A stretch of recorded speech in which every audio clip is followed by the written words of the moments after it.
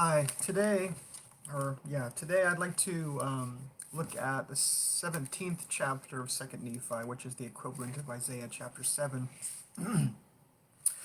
So Isaiah chapter 7 is interesting. It actually appears to be fairly complex in the beginning, but really there are just three kings that are being discussed and three countries. Now, later in the chapter, Assyria is, the king of Assyria is mentioned, and Assyria is kind of in the backdrop of the chapter. But anyway, I think we'll just go ahead and launch into it. So in the first verse, we get, there's a lot of verbiage here, but if you just parse it out, you can see that there's Ahaz, king of Jerusalem. It says king of Judah. Rezin, king of Syria, and Pekah, king of Israel. So at this point, when Isaiah is writing, it's about the 8th century, as I mentioned. Assyria is the great power in the world, and Israel, the northern kingdom, is called Israel because, well, the dominant tribe rather in the northern kingdom is Ephraim, okay, and in the southern kingdom, it's called Judah. The tribe of Judah apparently was the major tribe in the south, but in the north, in the area of Samaria, was the dominant tribe of Ephraim. So when we say Israel, when I say Israel in terms of explaining the chapters, like we did in the earlier allegory a couple chapters ago, Israel refers to, during certain time periods, the northern kingdom.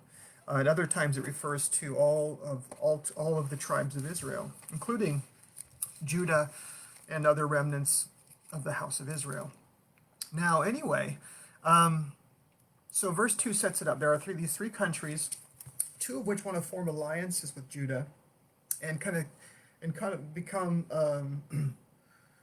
They want to become a grouping of countries that can defend themselves against the Assyrian invasions. And again, Assyria is a vicious country. The military of Assyria is, destructive and so forth. And so Israel and Syria, they want to become allied to Judah. Judah, though, the prophet Isaiah is telling the king of Judah, Ahaz, not to make alliances with them. And of course, there's Egypt. Egypt has a role to play in the region, but in between Assyria, in the Mesopotamian area, and Egypt, the south of the region of Judah, there are these three countries that are kind of basically occupying the territory in the middle, and these are key. These are key lands. These are geographically really important lands, and so anyway, Assyria. Again, I'm not an ancient historian, but my sense of it is that Assyria wanted to take over not only Syria and Israel, the northern kingdom, but also Judah, and Egypt had been a major power, but was not the power in the world. It was Assyria at this time. Now later it becomes Babylon. Later it becomes the Persians and the Greeks, and the Romans eventually, and then the Arabs, and then of course more recent history you're probably more acquainted with. And so to understand this chapter, I think it's just a matter of kind of parsing through all this verbiage here. There are really only three kings and three countries mentioned. Now, two are taking issue and have a plan to come against Judah. But, okay, let's start with verse 3. Verse 2. And it was told the house of David, that means Ahaz, saying, Syria is confederate with Ephraim. Syria, okay, is in the north, above Judah, and they're confederate, or they're in cahoots with Ephraim, which is the kingdom of Israel, because that's the dominant tribe in Israel. And his heart was moved, Judah's heart was moved, and the heart of his people, as the trees of the wood are moved with the winds. That's a poetic image suggesting that there was great fear among those in Judah. Okay, and the people of Judah apparently wanted to become allies with Syria and Israel. But Ahaz, he's a key figure in this chapter. The people apparently wanted to be allied. Ahaz apparently, though, had either beforehand or I'm not acquainted with all the historical details, but Ahaz apparently had begun to set up some kind of a relationship with the Assyrian Empire, and so Ahaz didn't necessarily want to be allied to Israel and Syria, if I'm understanding it correctly, but wanted to be in good with the Assyrian Empire. Okay, so anyway, that's verse 2. Then said the Lord unto Isaiah, go forth now to meet Ahaz, okay? He's the king of Judah. Thou and Shear-Shobab, thy son. So Isaiah has two children that we know of here. The son is called Shear-Shobab. Now, Shear-Shobab apparently has to do with the gathering of Israel, okay? The name Shear-Shobab has to do with the gathering of Israel. So, take Shear-Shobab thy son at the end of the conduit of the upper pool in the highway of the fuller's field. And this is pretty specific language as to where this meeting, this diplomatic meeting between the prophet Isaiah, who's he's a prophet to Ahaz, and he's a prophet to Israel. He's a prophet to the court. He speaks to the king about political matters, but he also speaks to the king about the will of the Lord concerning their souls. Okay. Verse 4, and say unto him, Isaiah is told by the Lord to say unto Ahaz, fear not, neither be faint-hearted, for the two tails of these smoking firebrands, for the fierce anger of Rezin with Syria, and of the son of Remaliah. So don't worry about, Syria and Ephraim, okay? Because Syria, Ephraim, and the son of Remaliah have taken evil counsel against thee, saying, let us go up against Judah. Now what's interesting here is these two that are kind of colluding or conspiring, they want to come up against Judah, but Judah's on the south. So in what sense are they coming up? Well, anytime you go to Jerusalem, you go up to Jerusalem because that's where the temple of the Lord is, okay? And it's on a mountain. It's on some mountains as well, although they're not very big compared to the mountains you might have in your mind. But anyway, so they're going to go up against Judah, that's the plan, and vex it. And let us make a breach therein for us, and set a king in the midst of it, yea, the son of Tabeliel. Okay, so they want to set their own king in Judah, that they might have an alliance between the three countries, and therefore have a little bit more power against their enemies that are invading from the north, the Assyrians. But Judah wants to be independent, and these other two countries are wanting to set their own king in the seat of the king of Judah, Ahaz's seat, okay? And so there's a lot of political, dimensions to this. But again, Isaiah he's a prophet to the who speaks about political matters as well as spiritual and moral matters.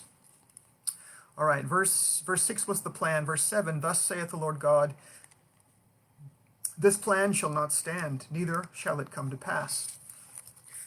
For the head of Syria is Damascus, that's the city. Syria is the country, Damascus is the capital. And the head of Damascus is Rezin. Okay, so Rezin is king of Syria, if I'm not mistaken. Yeah, Rezin is king of Syria, okay? And within 65 years, that means within 65 years, shall Ephraim, the northern kingdom, be broken, that it be not a people. In other words, it's going to be destroyed and scattered by Assyria. Verse 9, and the head of Ephraim is Samaria. That's the chief city in Ephraim, or in the region of Ephraim. And the head of Samaria is Remaliah's son. Okay, that was Pekah, king of Israel, right? Pekah, king of Israel, from verse 1, if I'm not mistaken. Yes. Okay, anyway, in verse 9, and the head of Ephraim is Samaria, and the head of Samaria is Remaliah's son, Pekah. If ye will not believe, surely ye shall not be established. Okay, so the idea is you have to have faith in God, trust God. You don't need to make alliances either with Assyria, and certainly you don't need to fear these two countries north of you. Okay, because the Lord will watch over his people who follow his will, his mind and will. Now, verse 10 is a turn in the chapter, a bit of a turn. Moreover, the Lord spake unto Ahaz, saying, through Isaiah, the Lord's now speaking to Ahaz directly, giving him a proposition. He says the Lord says to Ahaz through Isaiah, ask thee a sign of the Lord thy God. Ask it either in the heavens above or in the earth beneath. But Ahaz said, apparently having already an agreement with Assyria, Ahaz says, I will not ask, neither will I tempt the Lord. It's not because he's pious or super righteous. It's because he has an alliance apparently with the controlling empire of the world at this time. Or at least I believe that's the case. And verse 13, and he said, hear ye now. This is Isaiah speaking. The Lord speaking through Isaiah. Hear ye now, O house of David, Ahaz, and your people. Is it a small thing for you to weary men, but will you weary my God also? Therefore, verse 14, here's the logical turn. Therefore, the Lord himself shall give you a sign. Okay? And then we get this famous sign. Behold, a virgin shall conceive and shall bear a son and shall call his name Emmanuel. Now, this, of course, historically, there must have been a situation where this came to pass in Isaiah's day, but also we understand that it applies messianically to the Lord Jesus Christ being born of the Virgin Mary. And so there are different applications to Isaiah. But remember, Isaiah has, in the next chapter, he has a son born to him. So maybe this child born of a virgin is going to be the son that's named Maher-shalal-Hash-baz in the next chapter, his second child that's mentioned.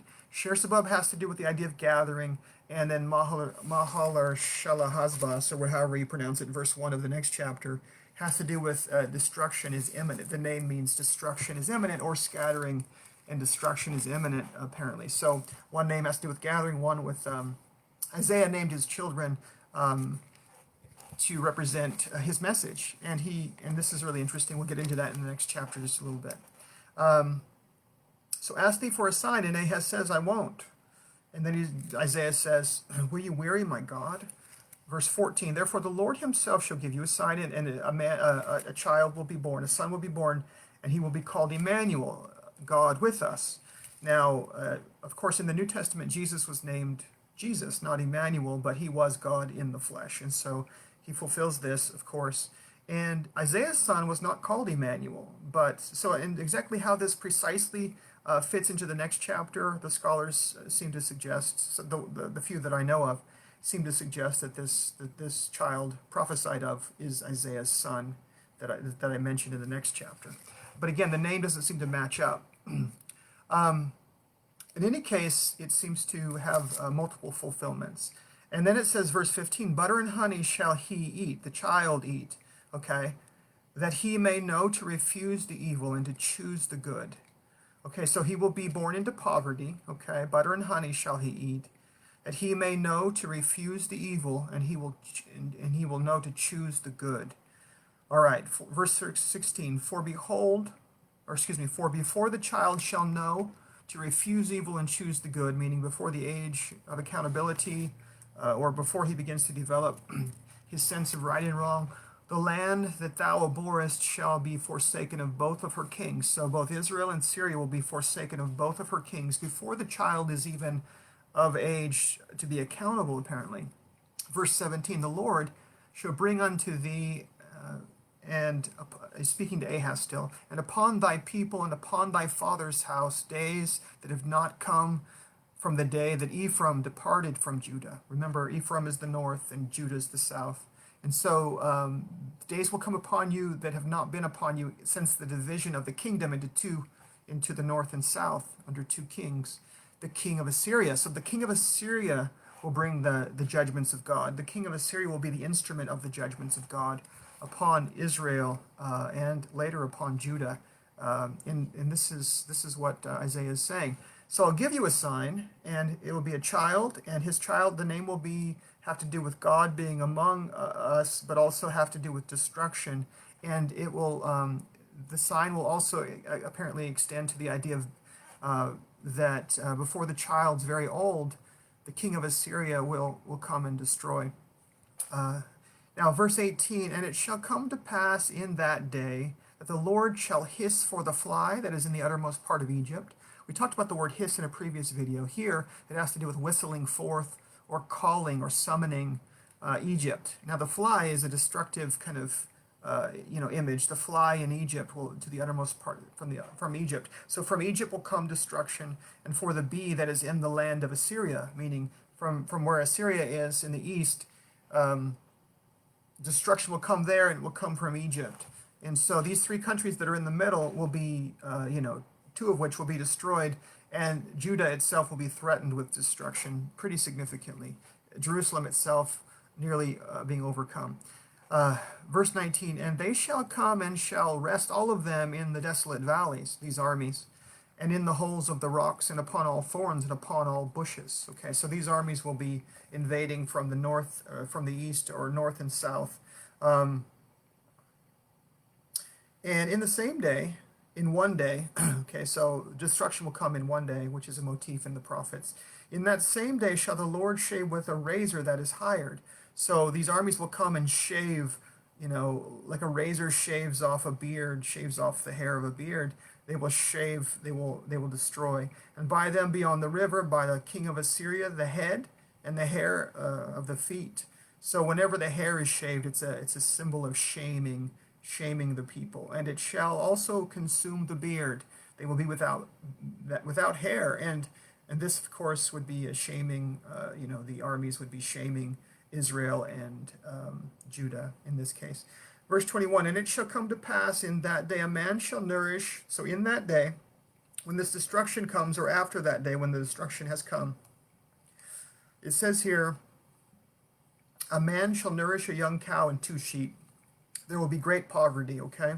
And it shall come to pass, for the abundance of milk they shall give, or not give, as the case may be, he shall eat butter. For butter and honey shall every one eat that is left in the land. Again, poverty, there's very little to eat. Butter and honey, and there's not much to have, okay? Scarcity, and in other words, destruction brings famine and so forth, okay? War typically ends in famine and ends in other types of problems. Verse 23, and it shall come to pass in that day every place shall be, speaking of the Holy Land, every place shall be where there were 1,000 vines and 1,000 silverlings. In other words, there was great vegetation, there was great production. It was a place that was very productive, and the plants, it was a good land, it was a goodly land, it was a promised land, right? But where there were 1,000 vines and 1,000 silverlings, okay, it will be now for briars and thorns. In other words, it won't be productive at all. It will be barren and full of briars and thorns. Verse 24, with arrows and with bows, again, this describes the armies that will come against the Israel and Judah. With arrows and with bows, this imagery strikes me as very similar to the invasion imagery of that the previous chapter we looked at, where the ensign was raised and the armies came against Israel. It says here, they will, with arrows, with bows shall men come thither, because all the land shall become briars and thorns. Okay, in verse 25, and all hills that shall be digged with the mattock, there shall not come thither the fear of briars and thorns. In other words, there won't even be briars and thorns in that day, but it shall be for the sending forth of oxen to tread, and the treading of lesser cattle. In other words, it'll be so devastated there won't even be briars and thorns. It'll just be a place where the oxen go forth and tread down the ground, and it's just barren, not even having thorns and briars. It's so barren. So again, the destruction will be great. And so Assyria is the major actor here. The empire Syria is threatening to come against Israel, and Syria and Israel are trying to come against Judah to form a pact. Judah's not cooperating, and the Lord tells Judah to be independent and to trust in him, and that he will fight their battles. Egypt has a part to play, apparently, in coming from the south, and Assyria from the north. And so it's a really heated, dangerous time in terms of the politics and in terms of the action of the chapter. The thing is, Isaiah's message is, ask of the Lord a sign, and he will deliver this. He will give you victory. And Ahaz, not trusting in the Lord, but trusting in the arm of the flesh, wants to make a pact with his enemy. And again, Israel and Syria are desperately trying to find a solution to this. They're trying to be allied with Judah, but again, they're not turning to the Lord. And the Lord, could bless Israel as well, and could bless Judah, but Isaiah's message is that Israel and Judah, the whole house of Israel, are in the way of the king of Assyria, and he's going to be used as a rod or a staff in the hand of the Lord to suffer the judgments of God, because they will not turn to the Lord.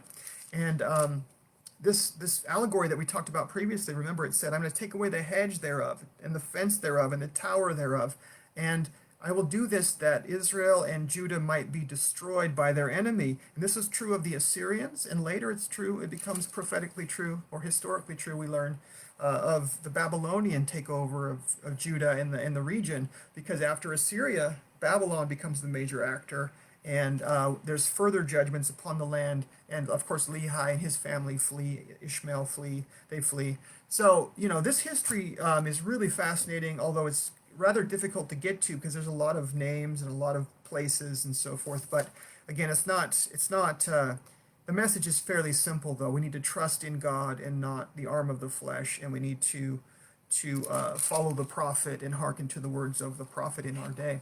Now that'll be this video. I'll make a video in a few minutes relative to Isaiah chapter 8 or 2 Nephi chapter 18. And that chapter has some really interesting things in it, so I hope you'll stay with me, but I do want to not have too much on one video, so thank you for your time.